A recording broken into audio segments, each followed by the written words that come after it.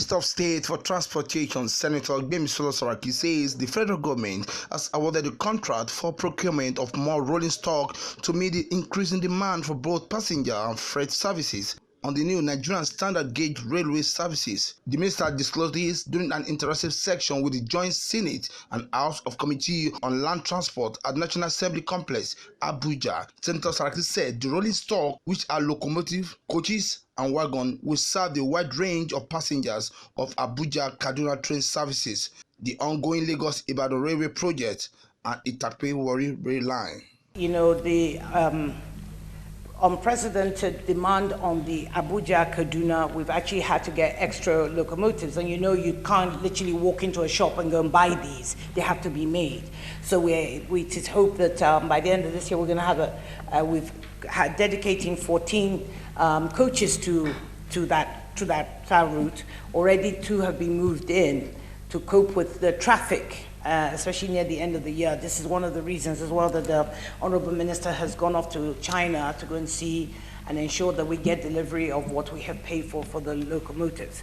She also disclosed that her ministry has signed $3.9 billion with Engineering Procurement and Construction EP contract with Mr. General Railway Construction Corporation International, which will last for a period of 36 months. The ministry has signed an engineering procurement construction contract with CRCCI, because this one is actually going to be a PPP, yes. And the cost of this project is estimated at 3.9 billion, and construction period will be about 36 months. This construction of Itape Lokoja Abuja standard gauge track will also have a deep sea port in Warri to be connected to almost the completed Itape-Warri standard gauge line of both Abuja and Warri. In his speech, the chairman of the Senate Committee on Land Transport, Senator Abdul Fatai Buhari, also spoke on the need to have a vibrant and functional narrow gauge railways network in acute demand. Is it now at the 21st century? Nigeria is now running up and down for rail.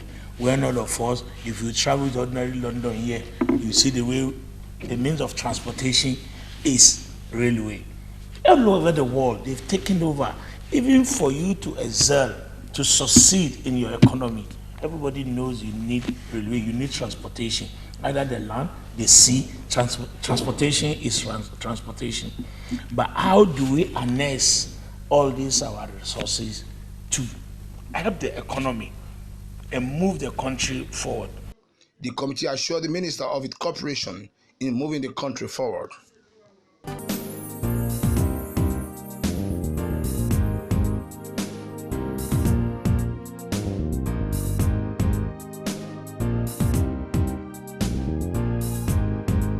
President Muhammadu Buhari has written to the National Assembly seeking the approval of promissory note and bond issuance worth 10.69 billion naira to Kogi State to offset inherited debts. The fund is for the state as reimbursement for projects executed on behalf of the federal government by the state. The Senate President Ahmed Lawal read the letter of Mr. President at Tuesday plenary. The President said it was decision of the Federal Executive Council to seek the approval of the Senate in fulfillment of the Fiscal Responsibility Act.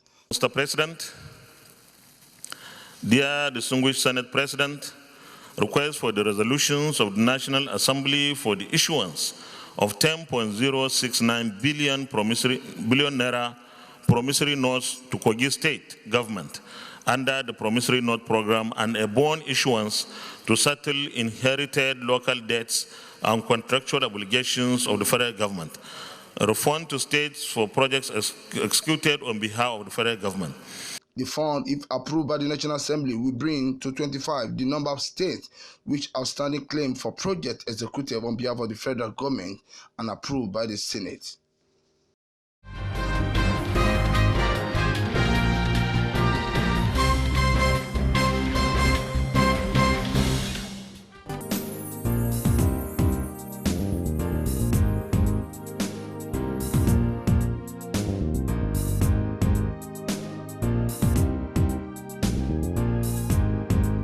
The International Civil Aviation Organization (ICAO) has scored Nigeria 96% in aviation security.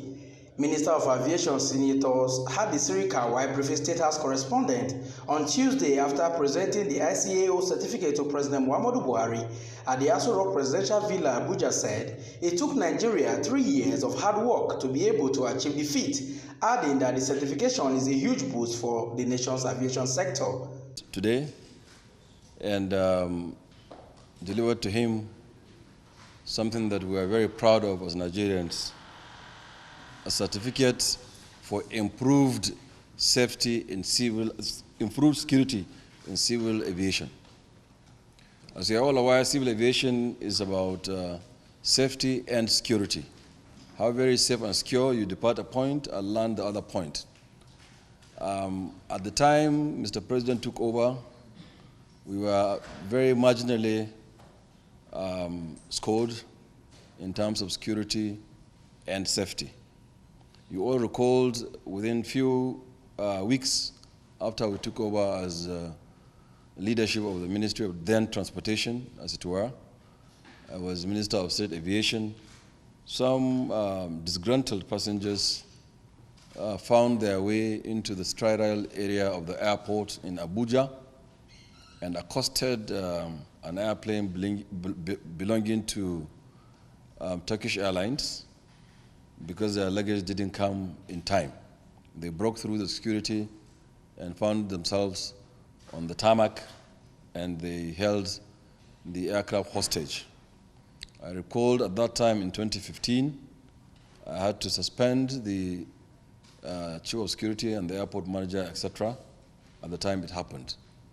And this gave us a wake-up call to begin to do all those things that will improve our security and safety of civil aviation. Gladly, Nigeria was one of those 16 member countries. Our score from the audit of ICAO was 96.4%. Remarkable improvement from a country that was scoring in the past less than 50%. Today, from the approvals we got under the leadership of Mr. President and his guidance and counseling, we were able to raise it to 96.4%, which is near perfect. In recognition of that, the country, Nigeria, received a certificate in Montreal, Canada, during the General Assembly of ICAO.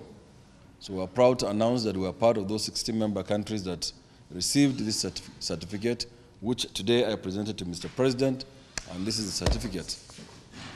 While thanking the President for the support in achieving the ICAO certification, the minister added that the government is very conscious of improving the security and safety architectures of aviation management by undertaking trainings of airport personnel in safety and counter-terrorism in collaboration with the Department of State Services and other security agencies within and outside Nigeria. In safety, we are above world global average. Global average in safety is about 60%. 60% to be precise. In Nigeria, the last audit was 67%, and we are rising. It is our hope and belief that before the next 2 seasons, we should be able, or 2 years, we should be able to score 96, 97% also in safety. Part of the things that we did for safety is, for the first time in Nigeria, for the very first time, government in, government out, they tried to certify our airports according to standards, and they all failed. Within the administration of His Excellency Muhammadu Buhari, President of Nigeria, we were able to certify 2 of our airports. We certified Abuja and Lagos, and we'll soon certify Kano and Port Harcourt. And it will remain only Enugu. Soon after we deliver, it will also be certified, and then we have all our international airports certified. While reassuring Nigerians of government's readiness to continue to improve on the security and safety of travelers at all Nigerian airports, Sirika said the government will put in place a system that will help sustain the recent achievement. From Abuja, I'm Festus Ejiroge Nefifen for Ben Television.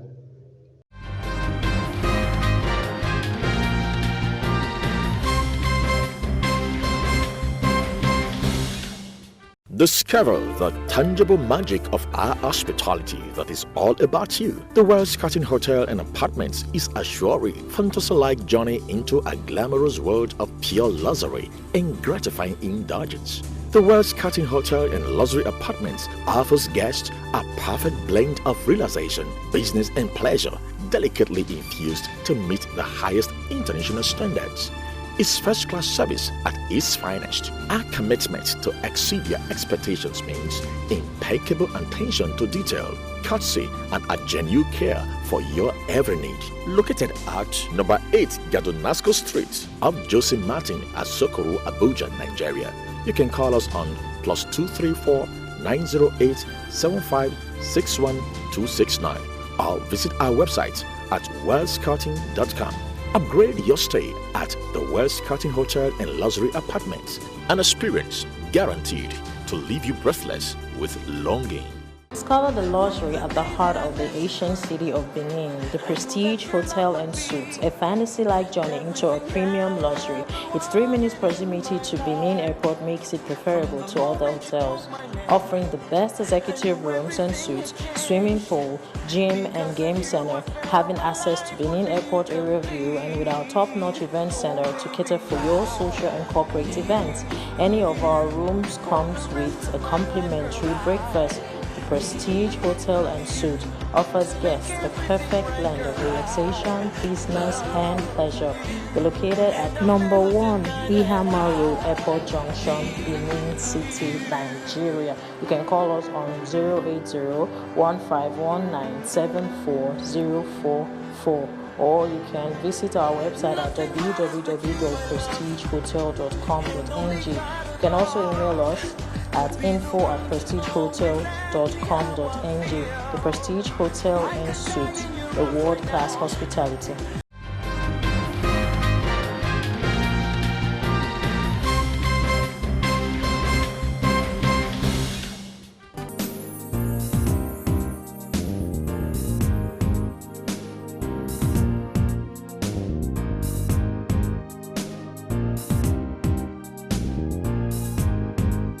Nigerian Senate has mandated the Committee on FEMA and Petroleum Downstream to investigate the non-remittance of 5% users charge pump price of petrol by Petroleum Price Regulatory Agency (PPRA) accruable to FEMA. This follows a motion by Senator representing Cross River Central Basi Gessom, who raised the alarm over the deplorable state of federal roads across the country. Gessom, through Order 52, said the bad road had further aided criminal activities like kidnapping and armed robbery. The Senate further notes that Section 14(1) of the Federal Road Maintenance Agency Amended Act of 2007 provides that the fund for the agency shall consist of international vehicle transit charge as may be determined by the Honorable Minister of Transport. This Senate is disturbed that right from 2007, Sections 14(1) and Sections of the FEMA Amendment Act have been observed in breach by the Petroleum Pricing Regulatory Agency, PPRA, and the Minister of Transportation, thereby depriving FEMA of huge revenues for road maintenance. The Senate is further disturbed that 5% user charge pump price is already provided for in the current pump price of petrol and diesel, but PPPRA has refused to remit the funds to FEMA for road maintenance as stipulated by law.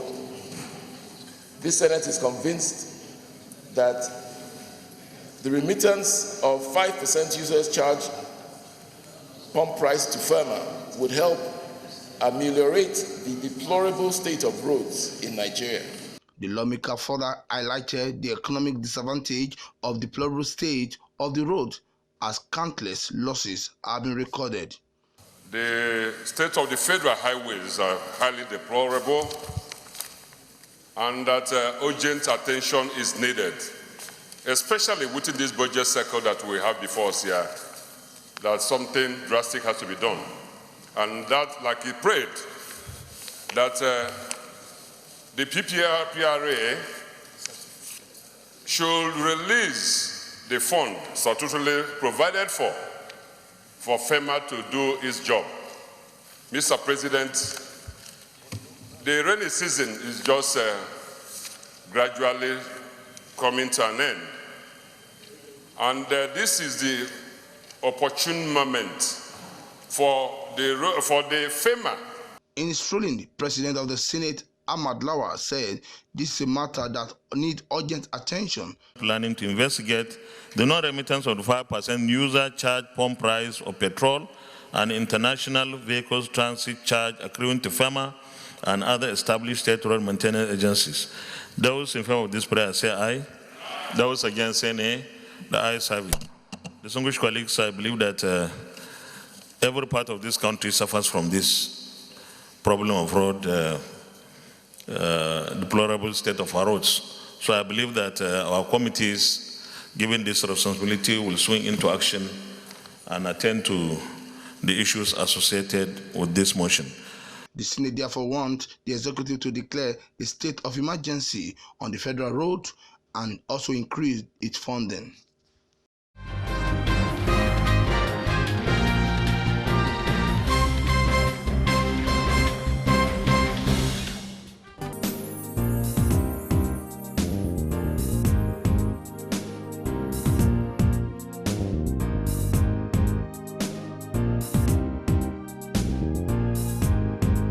The chairman of Senate's Committee on Nigerian Army, Aliyu Dume, has described the 2020 budget allocated for defense as a sign of unseriousness to end the insurgency in the country. Aliyu Dume said the budget allocation is not up to 1% of the total budget. Senator Dume was opinion that if Nigerian armed forces are properly funded, the insurgency's war will be eliminated under 3 months.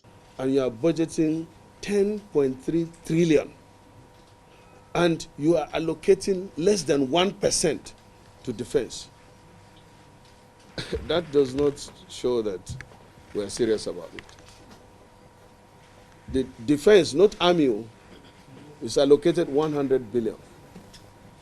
That is less than 1%. I was hoping that it's 10%. So when I did the calculation, it's less than 1%. Because 1% of 10.3 trillion should be 130 billion, isn't it?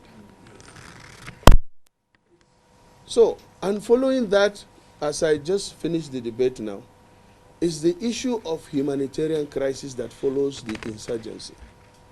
Right now we have an increase and surge in the IDPs moving from unsafe zone to what they think is safe zone. In northern Borno, people are moving in, trooping into Mongono, which is the safest now, and they have the army formation. And that is putting so much pressure on the government. So far donated $547 million US. That translates to over 140 billion naira. While the Nigerian government, that this thing is directly affecting us, is budgeting 38 billion for Northeast development and humanitarian.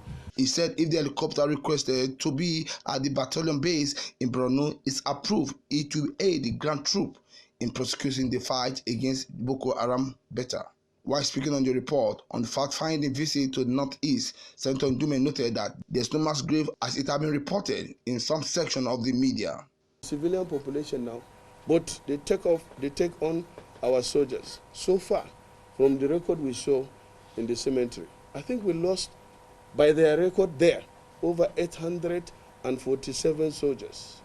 And that is in that cemetery alone. No, not this year. From 2013 to date, that is their record. And that in that cemetery, they have army cemeteries elsewhere. They have some in Abuja. They have where they bury their victims. But that allegation that there is mass burial, when I saw it there, it's not true. Nigerians don't do that. Nigerians and Nigerian army will never do that. In fact, if any of them is missing, they go out to search to get that person to declare, to know whether he is dead or alive. And even if he's dead, they try to retrieve the body. He informed that Senate is still investigating allegations of some non-governmental organizations ahead of Boko Haram, pleading with Nigerian media to dig more into the issue with patriotic spirit.